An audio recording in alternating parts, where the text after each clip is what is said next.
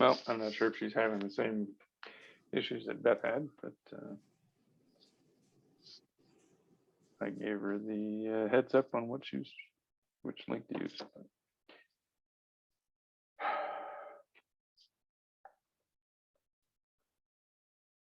Well, she can join in when she can.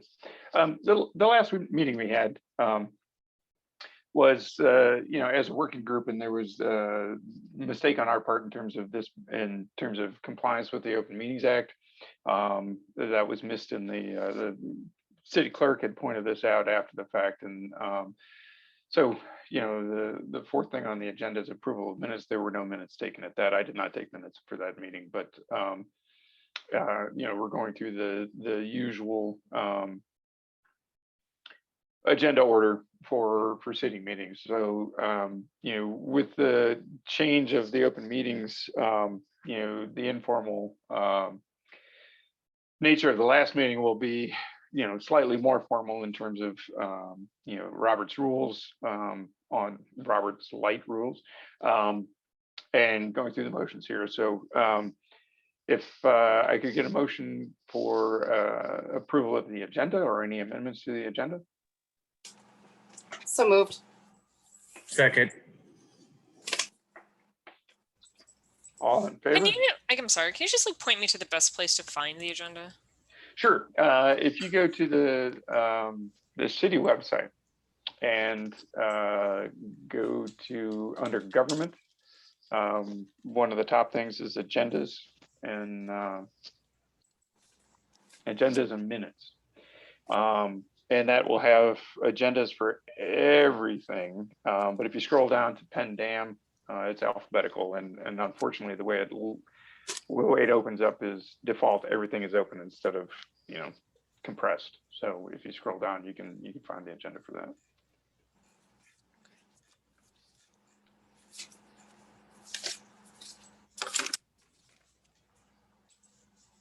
Does everybody else have it up in front of them?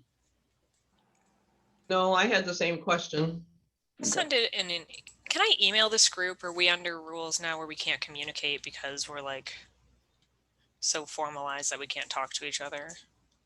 Sorry. Just to put it plainly, that is the unfortunate part of being in open meetings is members of the committee should not be emailing or otherwise communicating outside of the public meeting. I don't mean to be a stickler about it. No, I mean that's exactly what the law says. So all right, somebody should send out it'd be great if somebody could email out the agenda. I mean, I was going to say too, it's not that I think we can't have an email or two, but it's more, you can't make decisions and have discussion and that kind of thing outside of the open meeting. Does that make sense? But somebody can put it in a chat. This doesn't have because this Zoom function limits the way you can communicate. So there's no chat function on this type of Zoom. So Beth, I just responded to your email about logging in with a link to the agenda. So right. It's everybody else is on that. So if you check your emails. You sent that to everybody, Steve? Yep. Okay.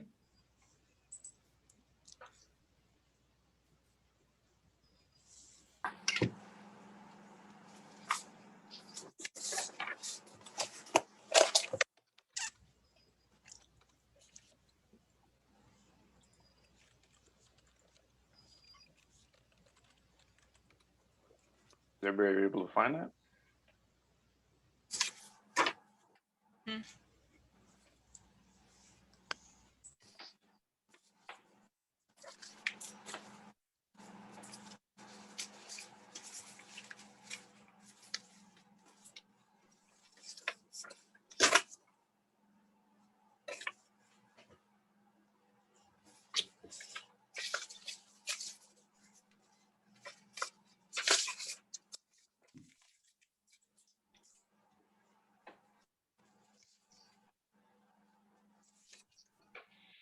Is everybody able to access that or?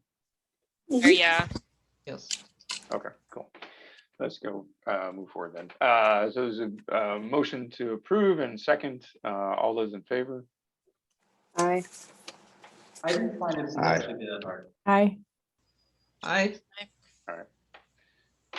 Looks ambitious. Looks ambitious. Well, I wanted to address that too. A lot of this shouldn't take that long. There's a lot of words there, but I think the issues will move fairly quickly until we get to the meat, which is item 3, the communication strategy. But because of the last meeting was informal, there were no minutes, so we'll get past that. And now it brings us to public comment. Each person will have 3 minutes to from the attendees to give public comment. This isn't a time for a dialogue. This is a chance for you to make your opinion known. And we may address those directly later in the meeting or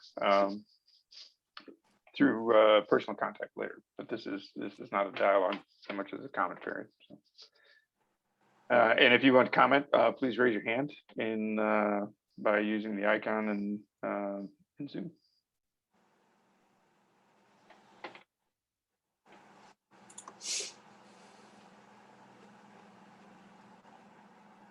And where'd Christopher go?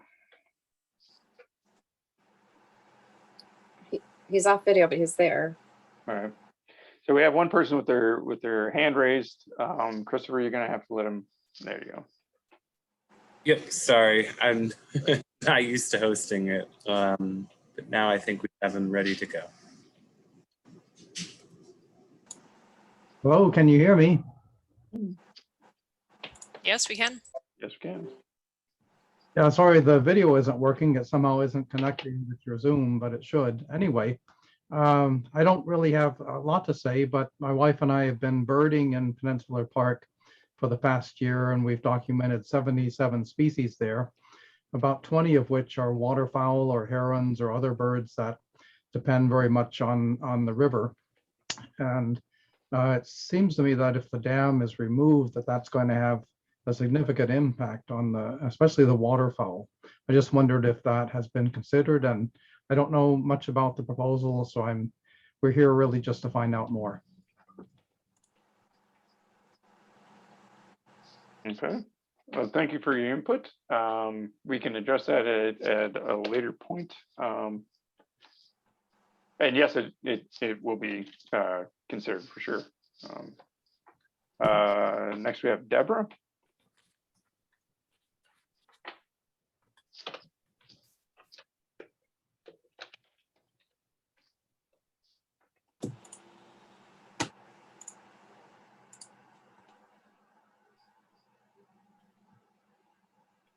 There we go. Okay, I live, I'm the second residential single family home downriver from the dam. And my interest in being here today is to find out the implications of removing the dam in terms of what will happen to my property line. That's it. Thank you for your comment. I'll be giving a presentation later that will address that very topic.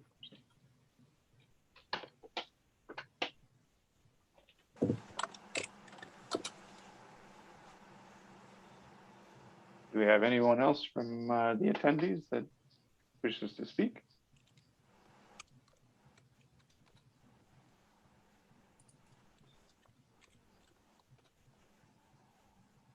If not, we'll move on with the new business.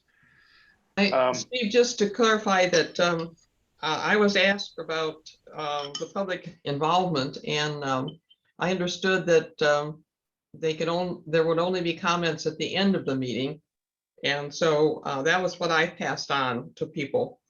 So the people I talked with weren't aware they could make comments on the agenda. So just FYI. Okay. Yeah, and when we switched from in-person meetings to virtual meetings, and at least for council, the public comment has come at the beginning, and there wasn't a public comment at the end, and that was decided by the clerk. And so a lot of the virtual meetings are having public comment up front. You know, if at the end of the meeting there are people present and we still have time, then I'm certainly willing to entertain that then. But I think going forward, we'll have the public comment up front. It's always you know, it's been a lot of discussion about that because, you know, if there are presentations, you know, people may have more questions afterwards. And I think that's a real utility to have, you know, some information up front. Some people don't want to wait for presentations to make their comments. In a group like this, where it's a fairly streamlined agenda, you know, we can accommodate both ends of the meeting. With city council, that becomes a problem in terms of people that are there. And when it's a diverse agenda, people want to make their comments and don't want to have to sit through, you know, an hour and a half of presentations that aren't relevant to the issue that they're addressing. So in our case, if we have time at the end, then certainly public comment can be there. But I think going forward, we'll work with this agenda for now. So there was conversation to come up with this agenda through Christopher and Summer and I, just to get dates on here and to look at our schedule going forward, both for the public engagement committee and for the public meetings as well. And so item 6.1 is future meetings. We came up with a schedule of Wednesday meetings that are every 2 weeks. And this is a kind of a tight timeline, given where we've been. With this same time slot prescribed, if people have any comments about that, we can talk about that now. Is there a reason why they like? What do you expect to have happen after September 1st? Will they continue bi-weekly, or is it just a sprint period? This is the sprint period. We will certainly have to keep meeting, but we want to get these meetings scheduled with the public meetings coming interspersed with that, and the reports that are coming later on. We can go to a less frequent committee meeting. I think the idea was to have regular intervals between some of the focus groups, like Steve mentioned, where we can touch base as a committee as that work comes together. Mm-hmm. What will the format be for the in-person and Zoom focus group workshops? We'll get to that so that's later in the agenda under the communication strategies. Oh, okay. I thought we were going through the schedule in part 5 here, 1 AB. So I was responding to the B. Right. So the schedule is one thing, but the content of those and the format of those will be discussed under section 3 for that. So we're just trying to get the scheduling done ahead of time, and you know, if everybody's all right with this, then we can move forward. If people have alternate suggestions, then we can take that now too.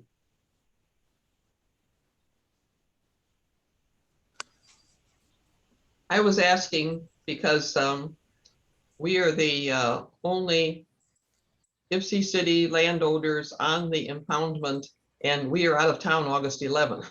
And I don't know if we'll be able to Zoom in or not. So that's why I was asking about the format. Oh, okay, right. No, so right. So in 1B, it's going to be a hybrid meeting. If we're planning to have that at the Freight House, but I was speaking with Christopher today, and that we have the ability to make that a hybrid meeting of Zoom and in person. They had confirmed that that was possible, what, a month or so ago for a different meeting. So we can do it. We'll have it happen both ways, and then it'll all be recorded. So if you're not around, you know, and that date was the proposed date, but that's also a Wednesday. All these meetings are on Wednesdays. I figured it was easier to just have this time slot booked and go from there. There is the consideration that this may not grab the most people out of the public either. So that's something else we need to discuss in terms of the timing of those meetings. And if, you know, Wednesday nights are not the prime time to get the best participation, then that's up for discussion as well.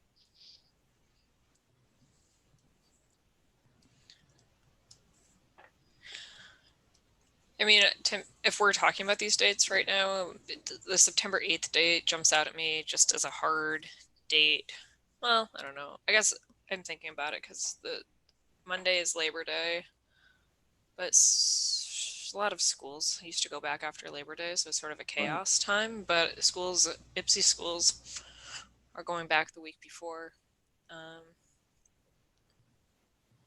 So yeah, I don't know. Actually, I was thinking about it in terms of the Labor Day to be returned to school, but I want to believe that after the first week of school, things will be smooth sailing.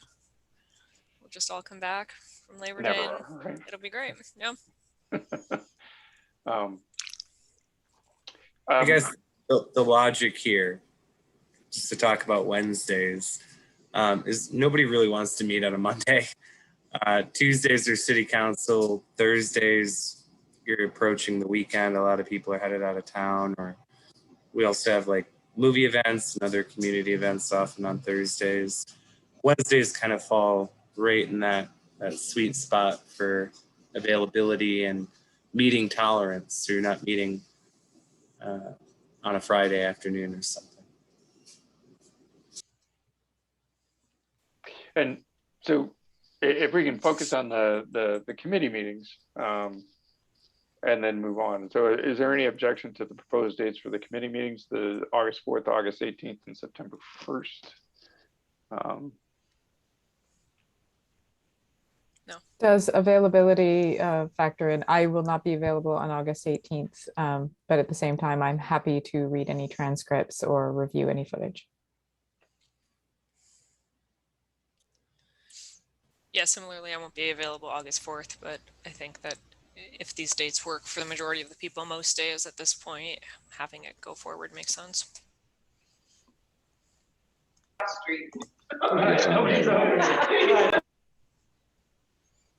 I missed that, Brian.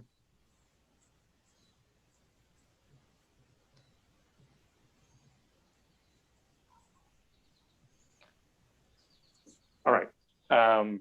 Then I guess if we can get a majority of the people there on those particular dates, then let's move forward with that. 7:30 to 9 seems to be a reasonable time. For the public meetings, again, that's going to be a hybrid. So if the date, if you're able to attend in either in person or via Zoom, there's that. You know, my experience with, you know, the town halls that I've seen, you know, you run this, you're taking a chance, you know, in terms of office hours and things like that. People are not willing to come on Saturdays. I've had some town halls that are Sunday afternoons that are actually really well attended. But it's just a question of, you know, what we think is going to be the most opportune time to include people. And Sally has said that she's not going to be around for the August 11th meeting. You know, whether we move that to another day, or if you can participate by Zoom. And the September 8th. This is all kind of being driven by the deadlines in October for having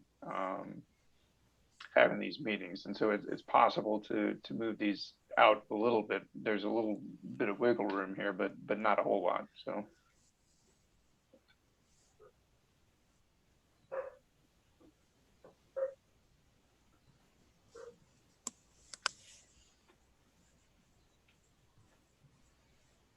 Any other discussion of these dates, or just go with what we have right now? Wednesdays work good, I think, for me. So, you know, looks good. Okay, if there's no objections, then we'll just move forward with this. So The one thing too, though, Councilmember Wilcoxon, is the time on those days, though, just in terms of making sure that we're clear on the times, if they align with the 7:30 as we will be doing with the public engagement, or what does it look like for those times? Thank you. That's a good point. You know, folks that are early, I'm a bad judge of this because I typically work till about 6:30.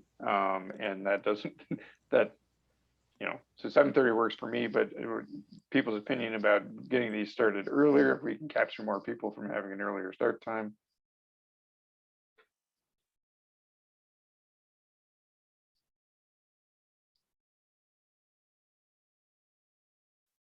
I'm happy with the time. We're not early people for dinner, so having a start at 7:30, it happens to be good for me.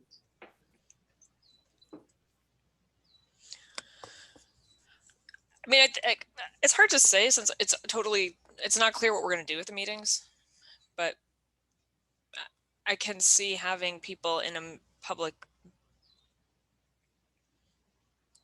So each of these sessions, if we're expecting each session to be an hour and a half.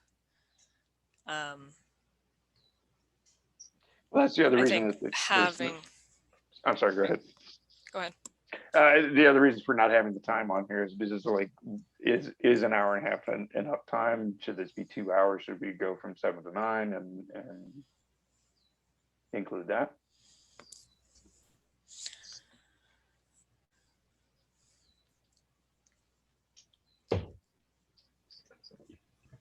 I don't know. I mean, it's impossible to say how long a meeting should be without knowing what the meeting's going to do. Okay. All right. We can either come back to this or just set a time and then revisit it when we come back. I'd be happy with a 2-hour meeting. Anything longer than that, it tends to devolve. So if we can go from 7 to 9, I think that's a reasonable period for people to get themselves fed and deal with other issues. And it's not taking people out till 10 o'clock at these meetings.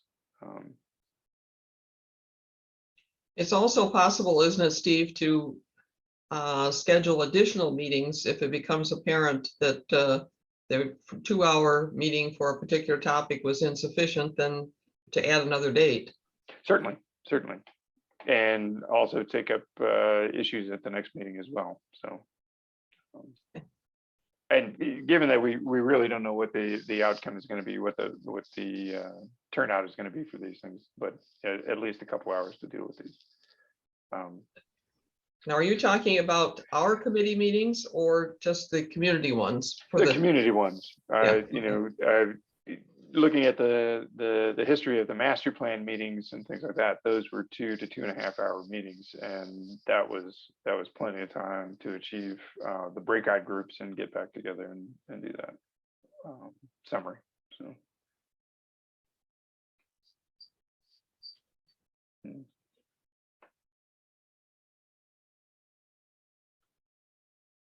All right, then I'm going to propose that we go ahead with this schedule and do them from 7 to 9. And if we have input from the first one that says we need to change that, then we go ahead and do that.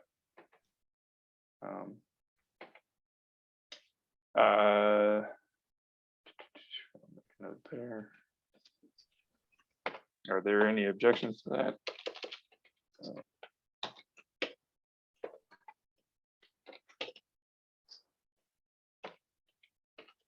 You're talking about breakout groups. I thought there was some statement about breakout groups weren't possible with the Zoom, or is that not true? I don't know, Christopher, is that possible? It is not possible under the Open Meetings Act because it would separate discussion into distinct groups and Got it. be a problem. Okay, my mistake. So we won't be able to do breakout groups at the public meeting? At the public meetings? Right. That's a shame. because I think the work that we're doing is going to require people to have a small group time to talk about their concerns, to talk about what the resources are that they need, to not sit in this kind of setting and actually have an activity that's going to allow them to put down to paper in a process that will then be expressed, you know, for like in a permanent form to the city and to others, what their concerns are and ways in which they can be alleviated. I understand the open meetings requirement for official city committees, but when it's a community town hall, it doesn't seem like breakout groups should be restricted.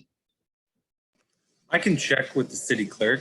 Again, I'm going on my knowledge of the Open Meetings Act, and it'll ultimately be up to him and Mr. Barr as to what's allowed. Okay. And Yeah. I'm not an expert on that either. I've had an orientation, but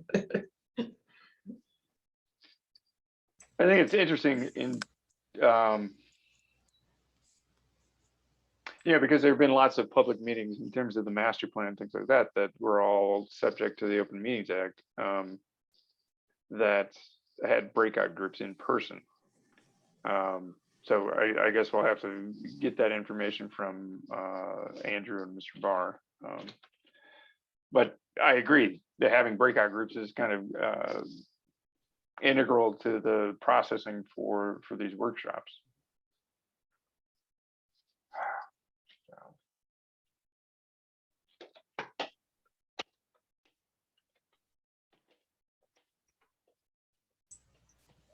If we did it in person, we'd be allowed to do breakouts. So this is just like rules that are pertaining to the Zoom world for. Right.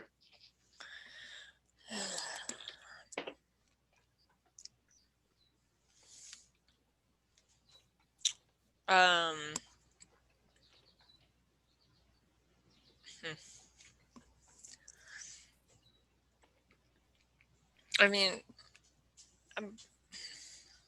it's an interesting challenge. Like, I feel pretty comfortable. I'd be comfortable with the idea of planning for an in-person meeting in August, but I'm not comfortable planning for an in-person meeting by September because I think that things are going to be heading back down a spiral by then, for sure. And it won't work if Sally can't be part of it. I don't want to, like, we certainly can't set this up with a landowners meeting that would only be in person on a date that she's not available. Exactly. I should say I'm also not available that day. I'll be out of town as well, so I wouldn't be there. I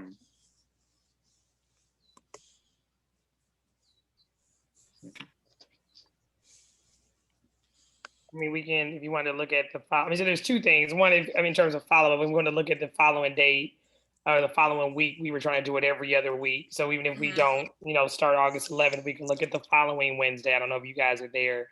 Then that's number one. But then even two, I know Christopher has to do some due diligence, but even as it relates to the Zoom account, a lot of the Zoom accounts, and I know each municipality has a different one, but there is breakout room capacity. And if you're able to record them, I thought that would still be able to meet information in terms of Open Meetings Act as well, because people will be able to go into those. So maybe that's something that could just be followed up with the clerk's office to even see if the platform, because there are other features too that may be able to be activated as long as they're recorded.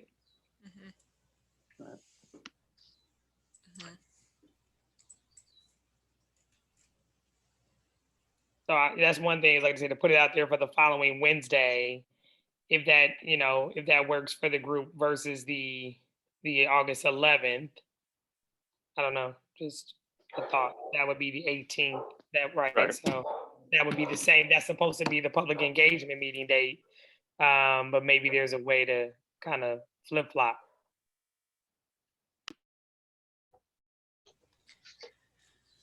Certainly. So if we had meetings on the 4th and the 11th, I mean, but that's stacking things up a week at a time. And that's, we were trying to avoid burdening people's schedules with this, but I would assume that everybody here would want to be present at these meetings anyway to see the feedback and hear the feedback. You know, we could always, you know, go for 2 committee meetings ahead of the public engagement meetings and have the 4th and the 11th be committee meetings and move the landowners to the 18th and have then follow up with the 25th.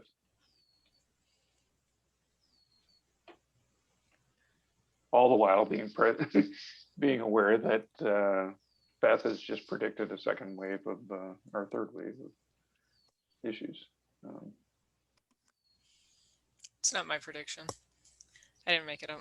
No, I know, and it's not unreasonable because with people going back to school, we can expect to see a lot of things. Yeah, I mean, once UM is going to come back early, right? I think anyway, just like our situation in Washington County is going to be impacted by the university schedules, and I don't know, Steve, could we talk more about what the role, like what you just said, kind of offhandedly, is like all the committee members would want to be at all of these meetings, and so effectively, what we're actually talking about at this point is us as committee members are committing to a meeting every week, every Wednesday night from August 4th to September 1st.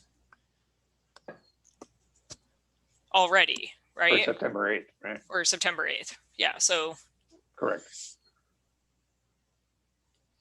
Yeah, I mean, I think from the engagement, from the 4 stakeholder meetings, you know, the buildup of the meetings that are taking place now from the Public Engagement Committee is to provide, you know, feedback and perspective on how those meetings should look, right? What that looks like. But everybody may not want to be a part of each one of those stakeholder groups. I mean, that could be to your discretion, you know, for Mrs. Lux, obviously landowners is very important because that's within, but you know, but that's to your discretion. You won't necessarily have to do anything in terms of facilitating any conversations or, you know, any of the breakouts, unless for some, you know, in this particular space, when you have advisory members or committee members or these types of groups, sometimes the members do want to be a little bit more engaged with the community to understand and to learn more, to be able to help communicate that.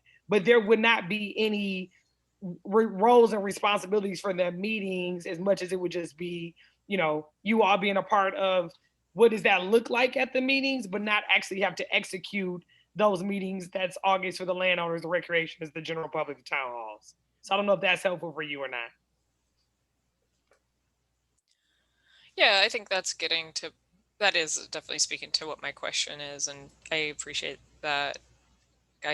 I could imagine if members of this committee wanted to end up having roles doing breakout facilitation or something like that. But I definitely, like, I would really value as somebody who's a recreationist being able to go to that meeting as a participant and like thinking about how we as a group want to ensure that there's the kind of person support at the meetings, but not necessarily have to have all of us at every meeting, and also allow for those of us who want to participate as stakeholders, because I think absolutely all of us have most of us have like a stakeholder position in this, right?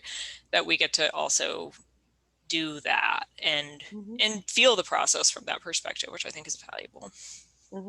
Absolutely. So I just didn't want you all to feel as if, we're committed that we have to be there and do X, Y, and Z. That is not it. But if there is someone that says, hey, I would like to be a little bit more involved, absolutely. But for those particular focus group workshops, there's no expectations, but really to your point, to be a stakeholder, to be a good listener, to be a part of it. But, you know, that's about it.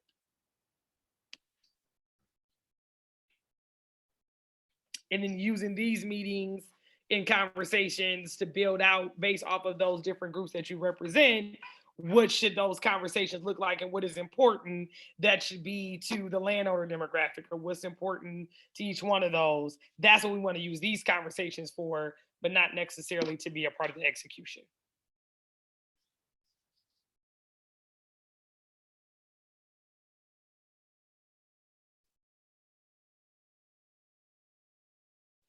You have comment from anyone else?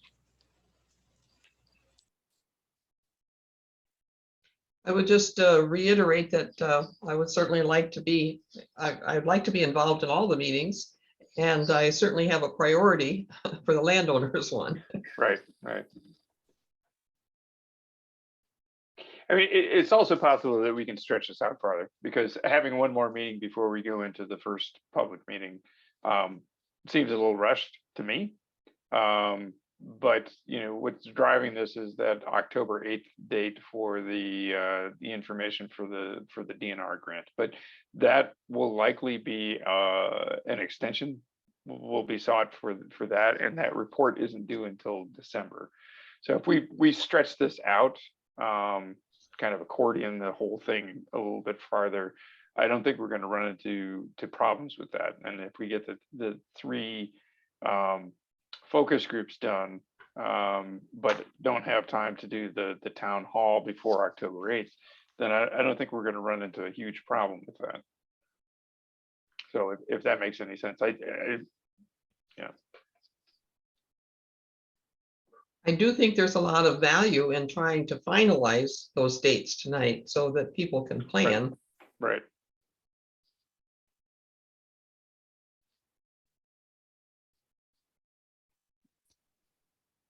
So from So let's flip it. Let's flip the landowner meeting to come at the end after the, so it'd be September 22nd. I mean, for anybody who cares, you know, like September's full of Jewish holidays. So we're already put one on Sukkot, or we put one on Rosh Hashanah. The 8th, the September 8th one is Rosh Hashanah, and the 22nd is Sukkot. It is very hard to have meetings in September. The 15th is Yom Kippur. So we're gonna hit all the high notes these dates. But yeah. Okay.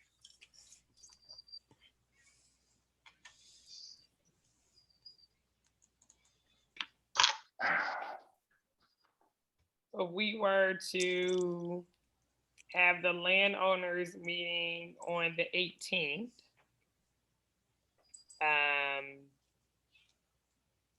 and then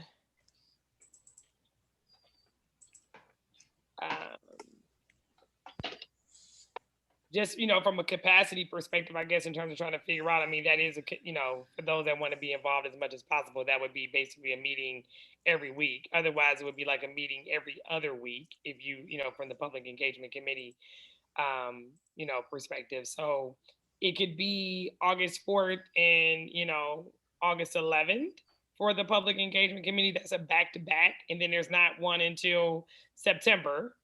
For the last one, that would be right before the September 8th and the October 6th meetings. So then we would just, you know, do the landowners meeting on August 18th, and then the following week on the 25th, just keep everything else the same. Then we're a little bit sooner in September, so we're not going too far into September in terms of those issues, you know, in terms of the conflict of different holiday schedules for the Jewish community in September.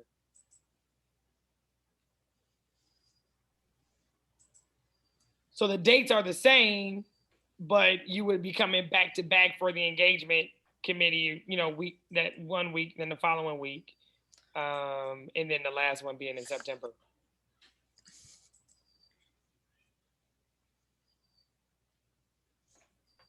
If that sounds right.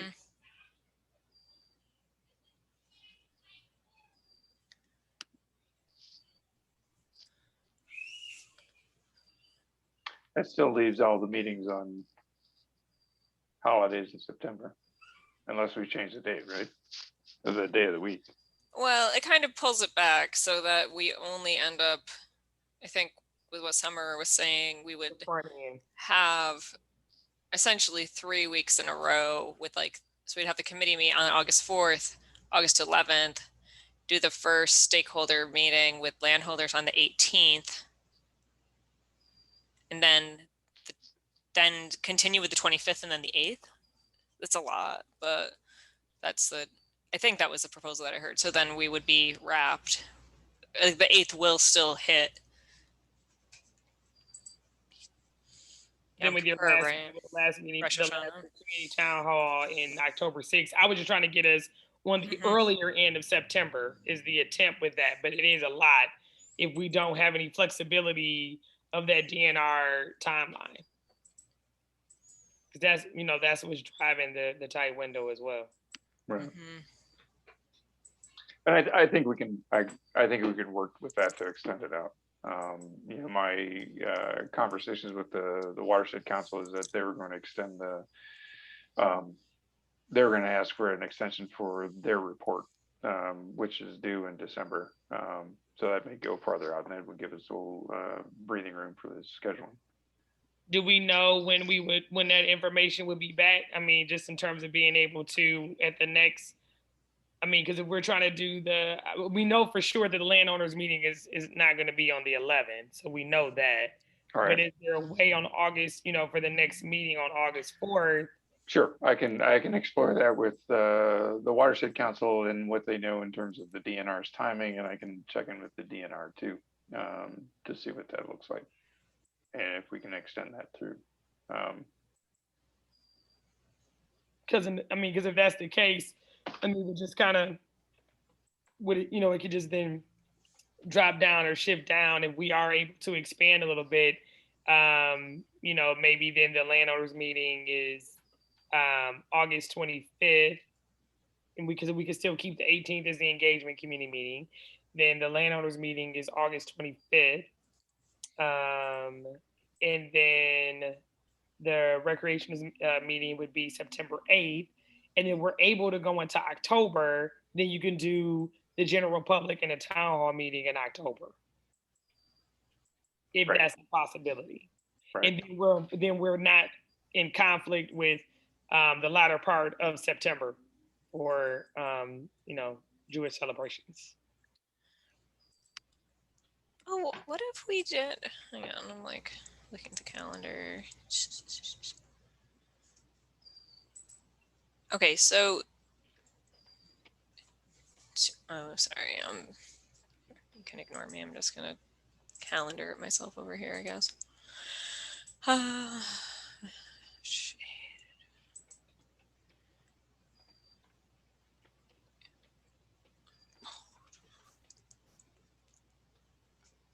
So if we could do the landholder owners meeting on the 29th. The 29th of September is out of the way of all the holidays. It's like post holidays. And then we would have all of our engagement done at the end of September. Right. Put a, you know, to be able to like, yeah, we would put a probably bow on it. I think we need more time before the town hall though to bring it all together, right? Right. So that was the idea, was to put those two key stakeholders first, then the general public, then the town hall.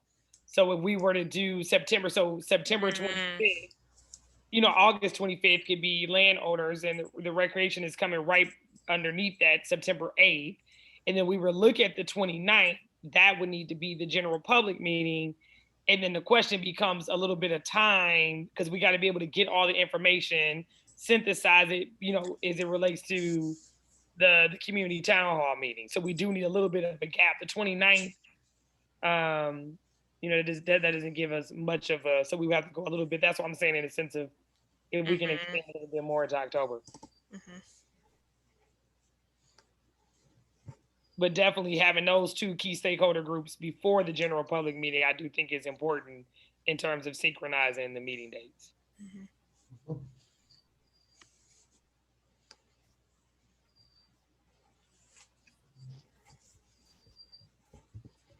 You know, so I guess with that, if we're able to, you know, just shift it, the 25th, September 8th, September 29th, and then if we're able to know, you know, just the feedback, you know, by August 4th, to know what it looks like for that October, then hopefully we can go the following week in October. So that just takes us out a little bit, takes us out like a week later, because we would need at least, like I said, 2 weeks or so, and that's going to be a tight grind to get in those 2 weeks. But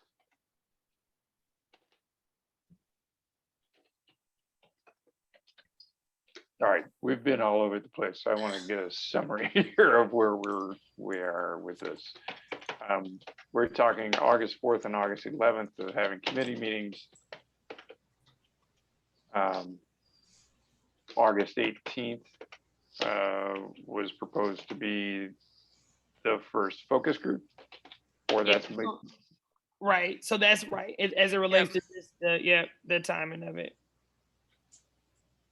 And that's the landowners. Correct. Then August 25th is the recreation. Yep. Then September 8th and 6th, those will stay. The main reason why we were just saying in terms of the alternate conversation that we were talking about was that the committing, because it's back to back, like it's a little bit more compounded, right? And so that was more of what that conversation of trying to figure out if there was an extension into October, just to give an option. So that would be like the backup option. But if we can't meet, if we can't extend it, then it would be the dates that you just recorded, which would be August 4th, August 11th for the Public Engagement Committee, and September 1st. And then it would be August 18th, landowners, August 25th, and all other dates would just be the same. But if we're able to, if there is an extension, so they don't have to be some compounded in terms of their time commitment, then that is the alternate conversation, which is then keeping the engagement meetings the same, but we would then not start the first meeting until August 25th, which would be the landowners. Then September 8th would be the recreation stakeholders. And then August 6th would be the general public. And then, 2 weeks later in October would then be the town hall meeting. But that's if there's an extension. So that was given an option because it just seemed like it was a lot for back-to-back type of thing. Right.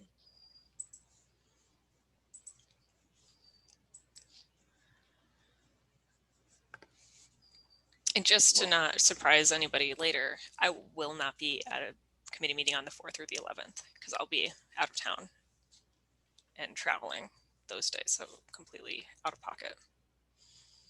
Okay.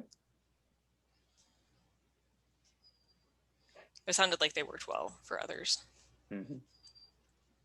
With the exception of Sal. Also doesn't work for Sally for the 11th, it sounds like. But otherwise, the Wednesdays seem like it's like the day that we're triangulated on for all those reasons that Christopher explained.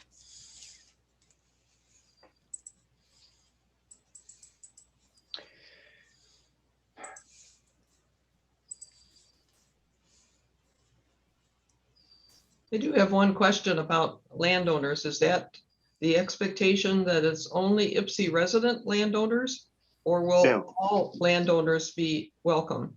It will be all the impoundment owners from all three jurisdictions. Okay. So, yeah.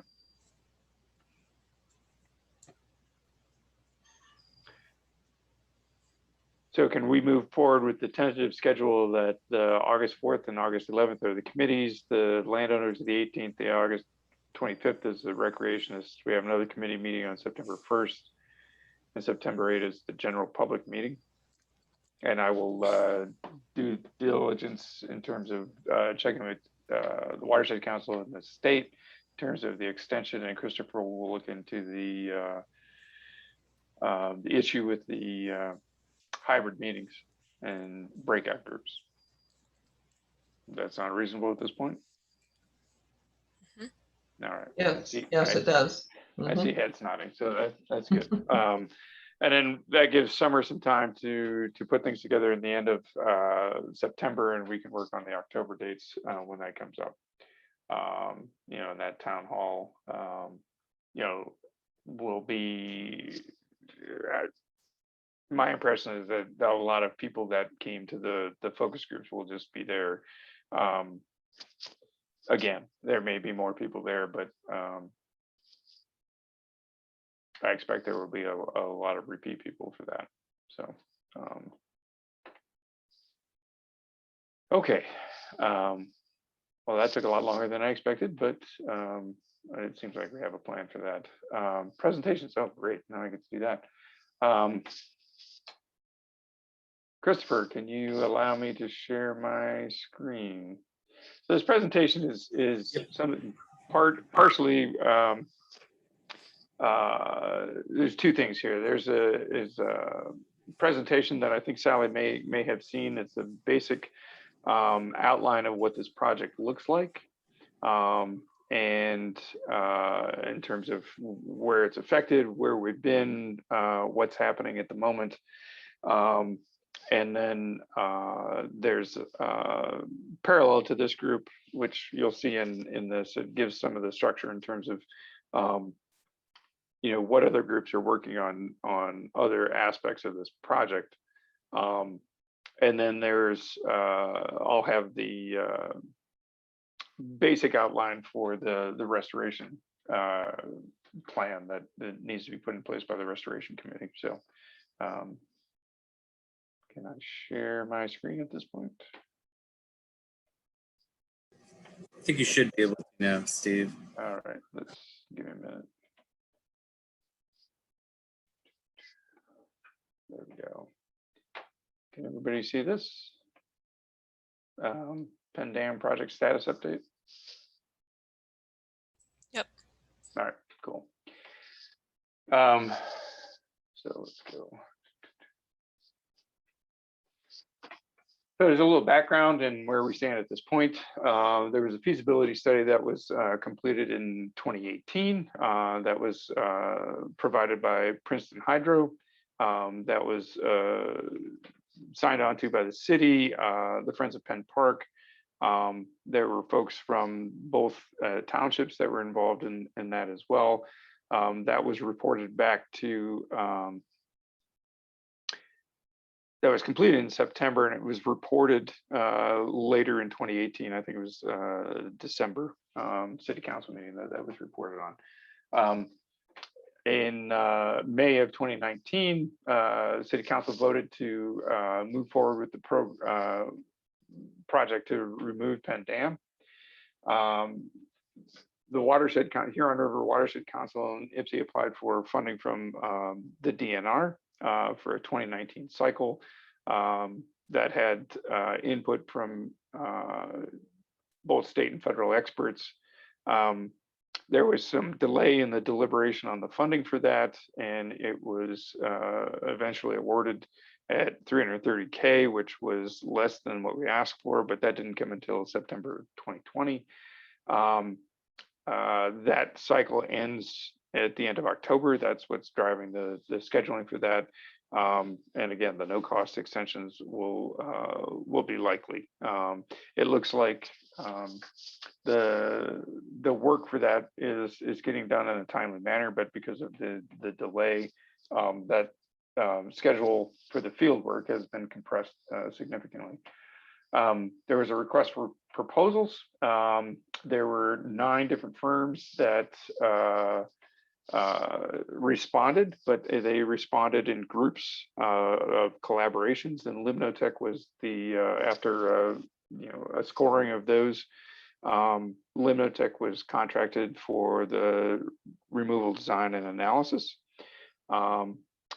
During this time, the Huron River Watershed Council has applied for and received the next round of funding that will take us past the end of this year and into the 2022 schedule. And this is a little confusing because the cycles have one set of dates on it, and the actual funding and work happens in a different cycle. And so because of the delay with the because of COVID, that got even more confusing because the 2019 cycle wasn't even starting until 2021, and it got a little bit confusing there. But don't worry about the dates too much. So this is what the question, Steve, before you move on, in terms of the funding, the last item you have on here, is that additional money over the 330K? It is, and so the original proposal was for substantially more than 330. It was about 500,000. And due to COVID and pressures on the state budget, they awarded at a lower level. And so the second round of funding, and these projects always take multiple cycles to do this. There's a lot that has to go into these before any attempt at actually looking at the dam and deconstruction takes place. And so what is funded by the second round is the work that didn't get funded in the first round for the first proposal. So they funded about 3/5 of what was requested in the first round, and then they gave funding for the rest of that work that was in the original proposal. So how much is the new funding? I didn't get the exact dollar amount, but I think it comes right up to about the 500,000 mark. So 170? Right. Okay. So,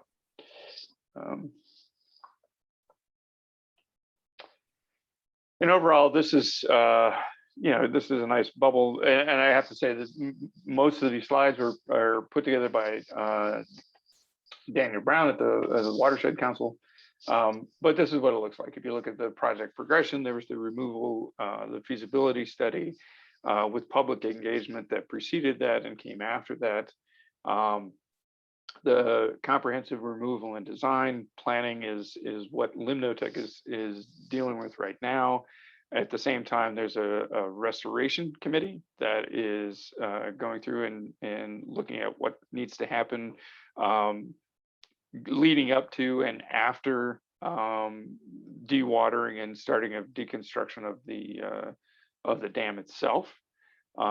Through all of that, there will be permitting that the Limnotech will be handling through the state. The deconstruction, doesn't come until all of that work has been all of the preliminary work has been done and the permitting has proceeded.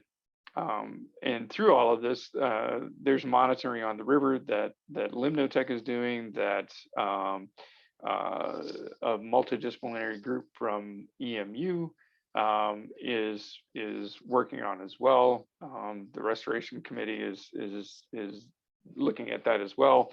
And then the restoration, happens after the deconstruction. It, kind of overlaps with the beginning of deconstruction, but then goes on for quite a while after that.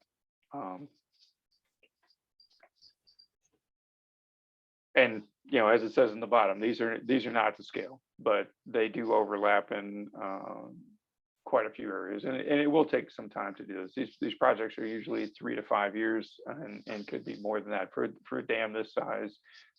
That's a reasonable estimate for the 3 to 5 years. We're looking at 2 years just for the preliminary studies to be done.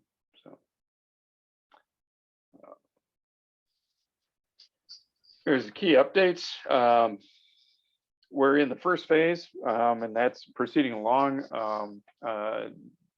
This is to help answer the questions that were generated during the feasibility study. There were sediment studies that were done there that were just preliminary, and those need to be followed up for there. The restoration of the impoundment needs to be explored and investigated, and then the design removal has to be put into place, and that'll be in the next phase coming up. These are all just the preliminary studies in terms of how much sediment is there, what is the state of those sediments, what is the likely path of the channel, the river channel, and how will that impact the 2 bridges that are upstream from the dam. Emphasizing here again that there will be no deconstruction during this phase of the study. And that what we're working on here is to give opportunities to residents to comment before we do anything about changing the landscape. Steve, may I just process and interrupt? I received an email from a couple of people who have tried to get in to the meeting, and were told that there was no Zoom address that they could use. Christopher, do we have anything? Was told the meeting ID did not exist. It's at the bottom of the agenda as posted on the city website. I tested it out earlier. One of the attendees used that link. It's the one that's included in the public notice, and so I know it to be functional. Okay, so they should go to the city website. Okay, and then what? Okay, I will read it off here, or I can describe how you get there. You go to cityofypsilanti.com, and then at the bar that's green across the bottom of the screen, it says agendas and minutes. Click on that. It'll take you to the agenda center, and the boards and commissions are in alphabetical order.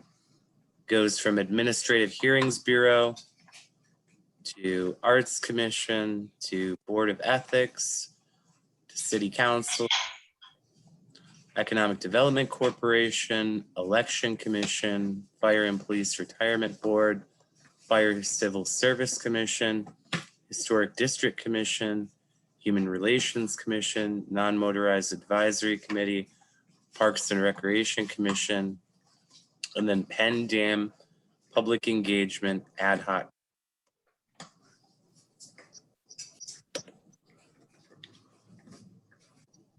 And there at the bottom of the screen, there's an access link. It's https://US02 web.zoom.us/J/8589405648. I'm not good enough to put that in the message. I'll just send it know. to the site. The link for the. I sent everyone an email, probably in violation of Open Meetings Act, Yeah, with it's fine. that information, Sally. So if you check your email, you should be able to forward that. And I just copy and pasted it into an email directly to everybody. Okay, great. Thank you. Yep. That should have been in the link to the agenda that I sent earlier too. So. All right, moving forward. This is what the site looks like. As you can see here in yellow, this is where the dam is. Penn Park is in green here along the side. There's a railroad bridge upstream, maybe about a half mile, not even. And then there's Superior Road Bridge, which is an auto bridge. And the next dam upstream is here behind St. Joe. The Superior Dam behind St. Joe. And so what we're talking about in terms of the impoundment is basically from about here, where you can see that the channel opens up and comes through here. That will be reduced, and when dewatering happens, that channel will be narrowed significantly. And for the person who was saying they were downstream slightly here, we'll get to that in a second here. And so from the feasibility study, the amount of sediment behind the dam, this is an old dam, it's 100 years old, and with the flow from upstream, with the proximity of the Superior Dam, there's not there's sediment that comes over that, but a lot of that got, a lot of the sediment got contained by that larger dam upstream. And so what they found was there was a lot less sediment present behind the dam. So management of that sediment just by the quantity will be a lot easier than previously thought. Sediment quality was better than expected. There's no industrial sites directly upstream from this. There may be some runoff from non-point sources along the way, but anything that is in this is coming from much farther upstream. And there were some, most samples were within human health and ecological criteria, but that's what this phase of the study is looking at, is doing more core sampling, to find out what's in those sediments and to chart exactly how much sediment is there. And again, state officials and independent experts have provided guidance for all of this. The two bridges that cross the impoundment are up for analysis. They're looking at scoring on the pilings. You know, and there's been conversations with the County Road Commission for the Superior Dam, or for the Superior Road Bridge, and with the railroad for the downstream bridge from it, or you know, from Superior.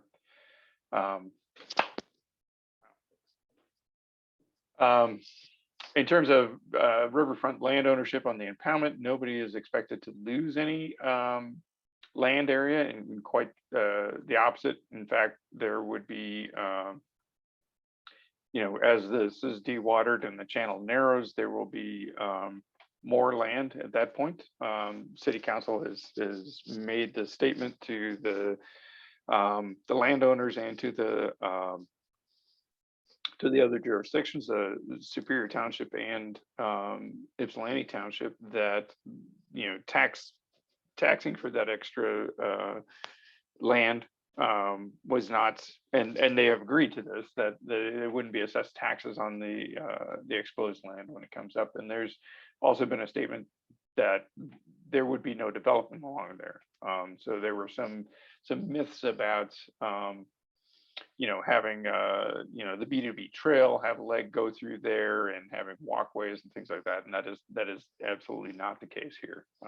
That land will be left as wetlands without access, except for boaters going by. So let's see what else we have. So goals for this phase: the sediment analysis, measurement of the impoundment. My conversations with Daniel today, that Limnotech is in the process of writing the report for the bathymetry and hydraulic analysis. They will complete that intermediate report and then have more information that will be available in October as well. And so the geotechnical and structural analysis for the bridges as well. And this is the Superior Road Bridge on the side here. During this time, they'll complete the restoration plan that involves both federal and state authorities participate in that group. And then we need to engage the Parks and Recreation Commission and overall populace for a vision for Penn Park and the additional land that will reveal when it's dewatered. And so the question earlier about how this is going to impact upstream and downstream of the dam when this happens, this is a view going downstream, and this shouldn't change. You know, with the work that's being done to manage the sediments, that shouldn't be released, or a minor amount will be released during the dewatering. The exposed land will be revegetated. And eventually this will transition to a river with a floodplain meadow, and eventually return, you know, many years in the future to a forested river corridor like you see downstream from here. One point was that in early discussions in public engagement, people were very attached to the powerhouse and the sign. And so separating the deconstruction of the dam from that building and the sign is key. And it's intended to leave this in place.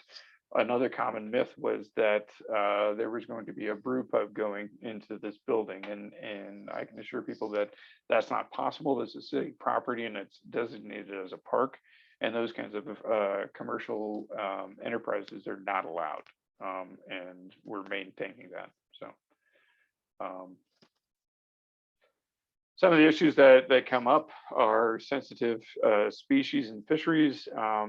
You know, removing this dam is going to be significant for the fish in Ford Lake that will come upstream to spawn. There are some sensitive mussel species that will require a survey and some management that may need to be relocated. These things have happened in the past, and so right now they're looking at places downstream in terms of near Forest Street Bridge and down through Riverside Park, where that can happen. And they'll need to address other concerns with these other species as well. So currently, there's 4 different groups that are meeting. The core team is comprised of folks from the city of Ypsilanti, from the Watershed Council, and from Washtenaw County. And that's about project administration and logistics. That entailed looking at doing the DNR proposals and scoring the firms that responded to the proposals, the request for proposals. The steering committee is comprised of the core team as well as officials from Ypsilanti Township and Superior Township. And that's a guide to the overall project so that they know what their constituents can expect. Then there's the Restoration Committee, which is chaired by Maria Goodrich, which has members of the core team and federal and state officials from the Fisheries and USGS and other subject matter experts. There's a waterfront owner involved in that and other area residents, and this is for informing the steering committee and to develop a plan for the restoration and revitalization of the impoundment Penn Park. And I'll get to that in a little bit. And here in red is where we sit. And the other 3 teams are technical in nature and are spearheaded by the Huron River Watershed team. And others, and this is where Ypsilanti comes in as the leader in this in terms of the communication with the residents. So this is, the input that we get from these public meetings will then go back to inform the steering committee and be used to plan for the park in the upstream areas. And this is just how they all fit together. So the steering committee is getting input from the core team and the engineering firm, and the community advisory committee is what the public engagement committee was called at one point, and then the restoration committee. And so everybody's talking back and forth and going towards the steering committee so that the local officials will have all the information they need. So. Last part here is this is just a very streamlined outline for the restoration plan to show what they're considering, the land use history of the project area, partly from the feasibility study and elsewhere, the physical setting, doing the topography and the geology and the hydrology for this. They're looking at education opportunities and community engagement. Excuse me.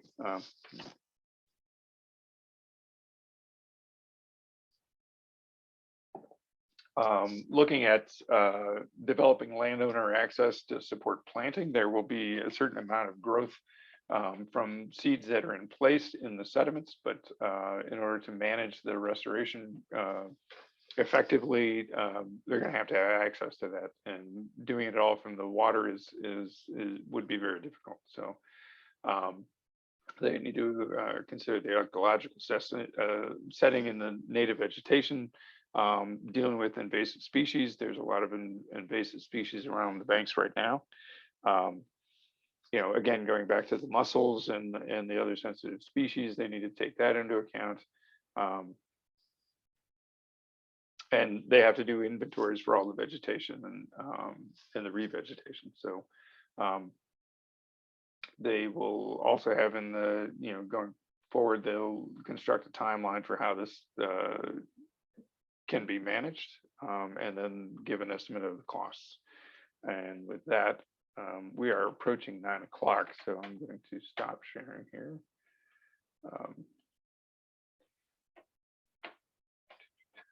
Back here. Let's see. And I know that was pretty fast, but we're kind of moving through time. Do you have any questions about that information? This is all being recorded, so we can go back and look at it later too. So, Okay, I do have a question. Will the slides be incorporated in the minutes? I can do that. They are also in the recording. So the recording will be available in the same place the agenda was available. And I can forward those to Christopher to be incorporated into the minutes as well. Great, that will help. And then you referred to an interim report. When is that expected? That is what they're working on now. They have Daniel had a meeting with them, and so that's one report. And then the other report is due after the work is completed in October. So you don't have a date for the interim when we might. The one that they're receive working that? on now should be ready in a week or two. Oh, good. Thank yeah. you. So.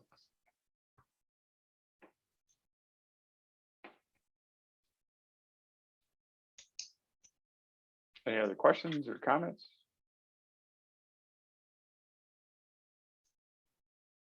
All right, so we're coming up to 9 o'clock. This leaves us with what was supposed to be the bulk of this meeting still left. I want to gauge people's ability to extend this meeting or yeah, are people available to keep this meeting going longer? Well, I know one of the things too, just as a, as an FYI, I know that there's been, if it makes any sense, just from a timing, because we want to be mindful of everybody's days and long days, and because there's going to be a continuum of conversations that are happening on the 4th. We're not making any decisions about what it looks like, but we are having, offline conversations just of like what, hey, these are some of the ideas and some things just from a meeting perspective. I think it'd be helpful from those conversations to start the meeting off with that feedback of what it looks like on August 4th, of what the committee members, because I know I have like 3 meetings already scheduled, just to get some feedback to kind of keep it going, and we just bring all that information back for the committee as a whole to decide on what the content looks like, but to work individually offline and then come back as a whole. So that might be helpful, just to be mindful, since it's a long day for a lot of people. It is a long day. Yeah, I think that's a very good suggestion. So I think we can also do. Andrew Holinga would shoot me if he heard me say this. We can do a lot of things offline as long as we don't have a quorum, and you can provide ideas as long as they're deliberated on in public. So you can make suggestions and put them on the next agenda, and we can go from there. So if that works for everybody, that's awesome. And then I just like to that point, I mean, when we come back on the 4th, I think it'd be helpful if the committee members here, based off of the information that was presented today in that presentation, there was a couple of notes that I made, Mrs. Lux, you asked about the funding and some other things that we should probably expand on, but those thoughts would be helpful too. Because I know I have a couple of questions. It was like, maybe we can change some of those charts to make it a little bit clearer and some of those things. But if the committee can kind of marinate on that a little bit so that you can provide feedback, because I do think that baseline of giving some history and perspective for these different stakeholder meetings are important. We just want to make sure that it is in layman's terms and people are able to digest what is being presented as well.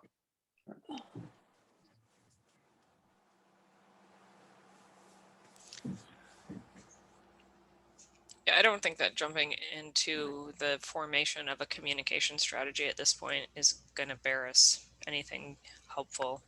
Right. Yeah, I agree. So if that's agreeable to everybody, we can have those conversations. You folks have scheduled meetings with Summer, and I think those one-on-ones will be very informative in terms of seeing where we are and why you guys are here. That also gives an opportunity for Corey, who isn't here, to have some input into that as well. So if you guys can check your emails just in case it went into junk mail or not, but I did send it out earlier today just with the calendar request for the one-on-one. So if you guys can just take a look and make sure it's not in your spam or junk. All right. Well, if there's no other comments at this time, then normally I would suggest that as we're thinking about if we're going to come into the next meeting with the goal of that meeting to tackle what's in item 3, the creation of a communication strategy, inviting people to do homework ahead of that meeting so that they're thinking about the answers to these. I mean, just like for me, when I look at this, what's on this agenda, I can get the idea of it, but like, I think there's specific input that we want people to be considering. So if there are 2 or 3 questions to send to the committee that we can all be reflecting on and come knowing that's what we're going to be discussing, that would be really helpful so that we're not trying to just, make it up on the spot. Because I will make up stuff on the spot. It's not a problem, but it would be much more constructive if I've sat and thought about it and sat in a canoe on the water and been like, oh yeah, that's actually what I think. Yeah, no, absolutely. And I think there's going to be some crossover just because of, different interests and demographics in those the one-on-one conversations. So that would be the base of being able to come with some of those questions as well. There's going to be some,